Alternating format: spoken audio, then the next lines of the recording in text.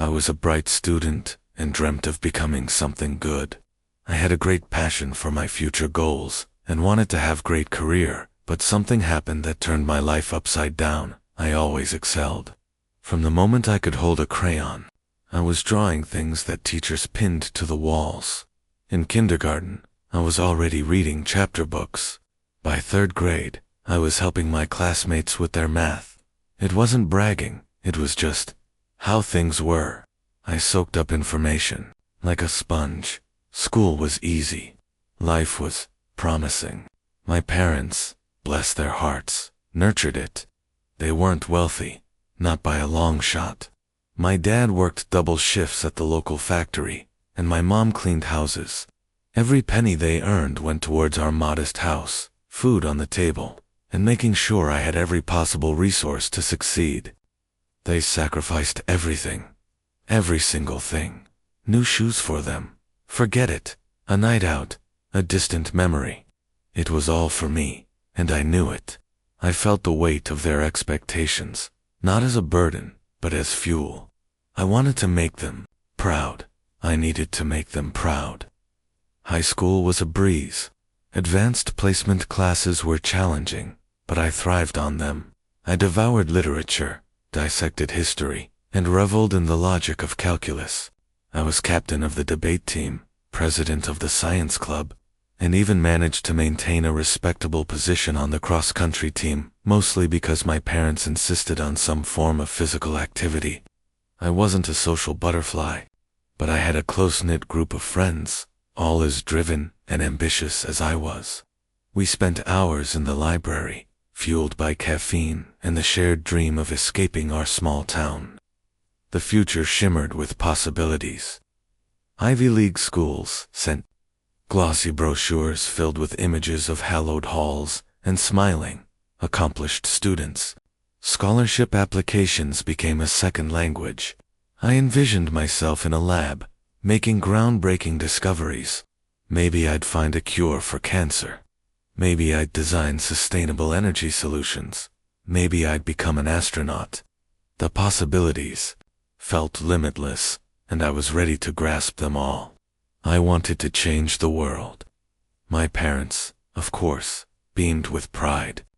They started talking about where I would go. They were talking to all of their friends and coworkers, and I could hear their happiness.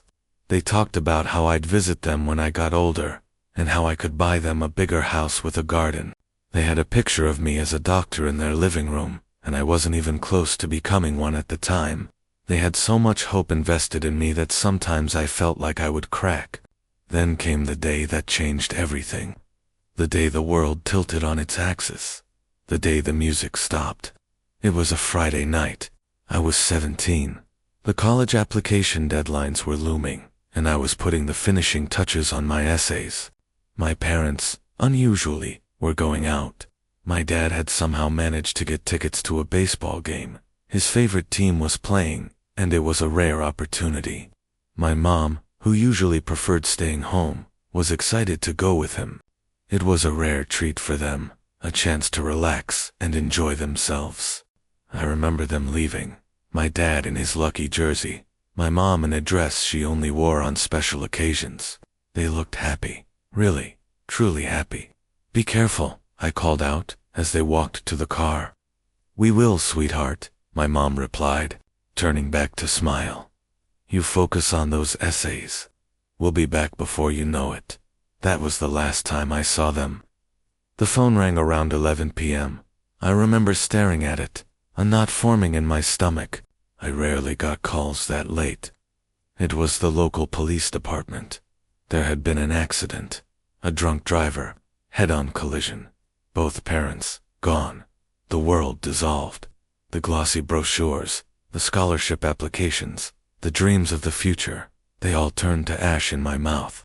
The weight of expectation, which had once been fuel, now crushed me. I was alone.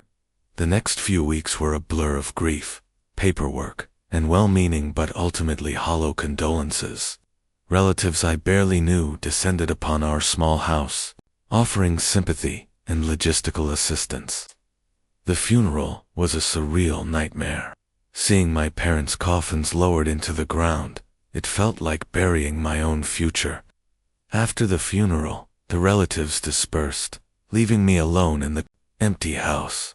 The silence was deafening. The weight of responsibilities settled upon me, heavy and suffocating. I was an orphan, a minor. I had no income, no support system, and no idea what to do. The state appointed a guardian, a distant aunt I hadn't seen in years.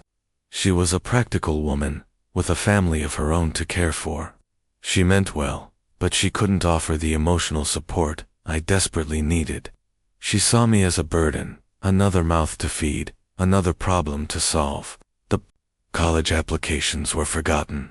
The dreams of changing the world faded into a distant memory. Survival became the only priority. My aunt, bless her pragmatic soul, helped me apply for Social Security benefits and find a part-time job at the local diner. I dropped out of AP classes and enrolled in the regular curriculum. The other students, once my peers, now seemed like creatures from another planet.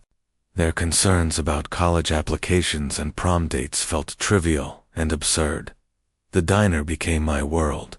I flipped burgers, served coffee, and cleaned tables. The grease, the grime, the endless monotony. It was a numbing balm for my grief. I worked long hours, saving every penny I earned. The goal was simple: to become self-sufficient, to escape my aunt's house, to carve out some semblance of a life for myself. The following years were a slow, grinding process of survival. I finished high school, but college was out of the question. I couldn't afford it, and frankly, I lacked the motivation. The spark that had once burned so brightly had been extinguished. I continued to work at the diner, slowly climbing the ranks from busboy to short-order cook. I moved into a tiny apartment, above a laundromat. It wasn't much, but it was mine. The constant hum of the washing machines was a strange comfort. It drowned out the silence, the memories, the ghosts of what could have been. I tried to maintain contact with my old friends, but it was difficult. Our lives had diverged so dramatically.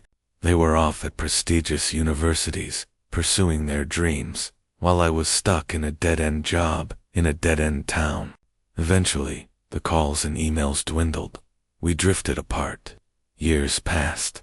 The grief dulled, but it never completely disappeared.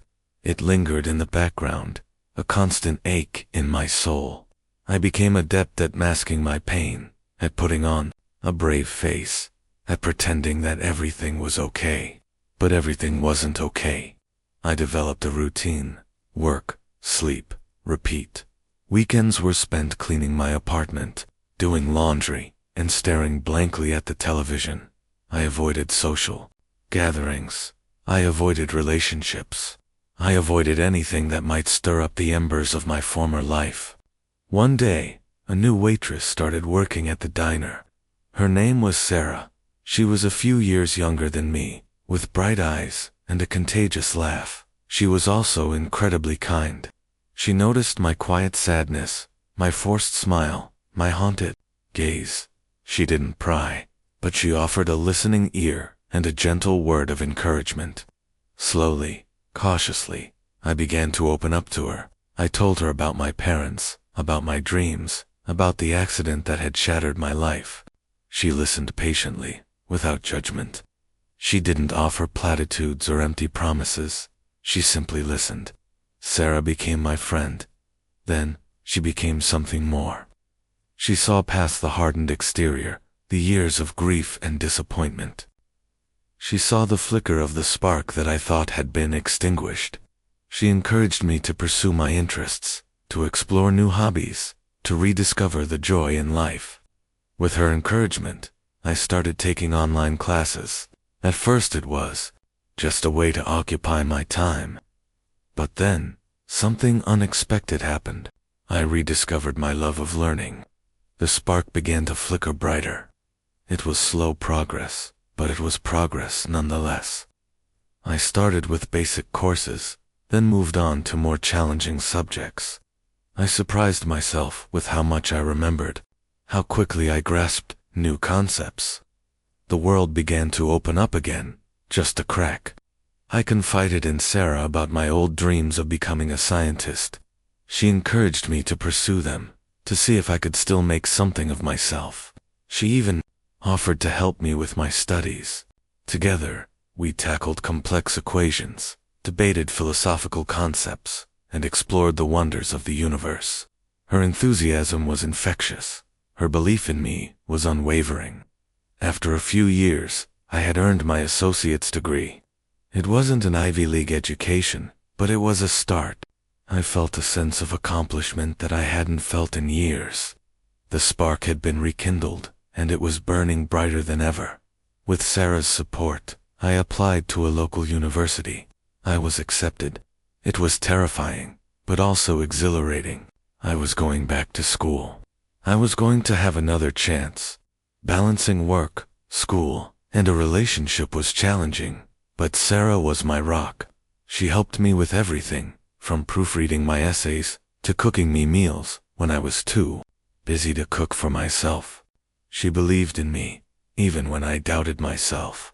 The university was a different experience than I had imagined. I was older than most of the students, and I felt a little out of place. But I was also more focused, more determined, and more grateful for the opportunity. I excelled in my classes. The knowledge that had once been dormant now came flooding back. I devoured textbooks, participated in discussions, and immersed myself in research. I was finally doing what I was meant to do. I earned my bachelor's degree, graduating with honors. My aunt, who had initially dismissed my academic pursuits as a waste of time, was surprisingly proud. My old friends, who had long since forgotten about me, sent congratulatory messages. But the person whose opinion mattered most was Sarah. Her eyes sparkled with pride as she watched me walk across the stage.